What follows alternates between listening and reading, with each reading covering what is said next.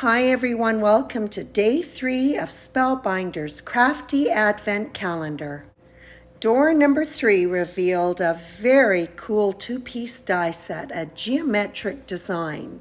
I've used it to create a background and so cut it multiple times, but it can also stand alone, creating a border or an accent on your card or tag. The main die was used to cut 5 die cuts, starting with ivory and working my way through a gradient of pinks. Each die cut will be backed onto white glitter paper. The border die is used to trim the glitter paper, and then the die cut is adhered to it. This is a fine die cut, so I apply the glue in thin streams but try to catch most of the little bits and pieces.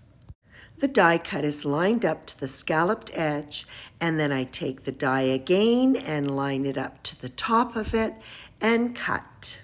That little bit of green tape comes off easily.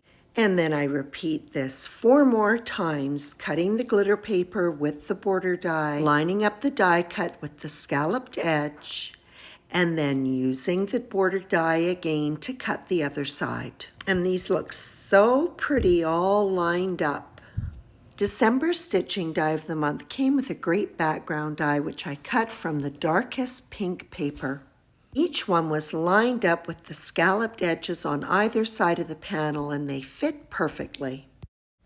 The die from Glimmer Alphabet hot foil plate and die set was used to cut both ivory cardstock and white sheet foam. The letters spelling the word peace were stacked. I'm also incorporating the poinsettia dies from Layered Poinsettia Tree.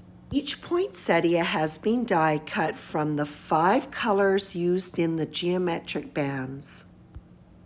Each of the poinsettias have been layered onto a green die cut to match the green center. When looking at these geometric bands, there are 5 circles that create the foundation of the design.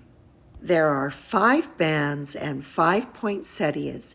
Each poinsettia will sit on a different band. In the flower center, I'll place one of the letters.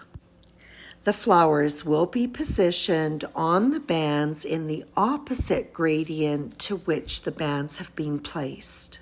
Fuchsia poinsettia will sit on the ivory band and working down through the gradient. Finally, the ivory poinsettia will sit on the fuchsia band. Each poinsettia will sit in a circle, creating a diagonal line down the panel. A die from the Hemlock Cones and Chickadee die set was used to cut a couple of branches which have been cut apart to tuck in behind the poinsettias. And just when I thought I was done, I spotted in my stash another set of letters that I had created previously from the Glimmer Alphabet set. This set of letters was also done in ivory cardstock but foiled with gold. Of course, I had all of the letters except a second E, so I turned on my hot foil glimmer system. And then my pretty letters with their gold edging were adhered on top of the letters that were already in place. Before the poinsettias are adhered to the card front, I'm going to add in some Nouveau Stone Drops chalk white to the tips of the hemlock. This is one of my favorite mediums for creating snow. When it dries, it is textured and matte.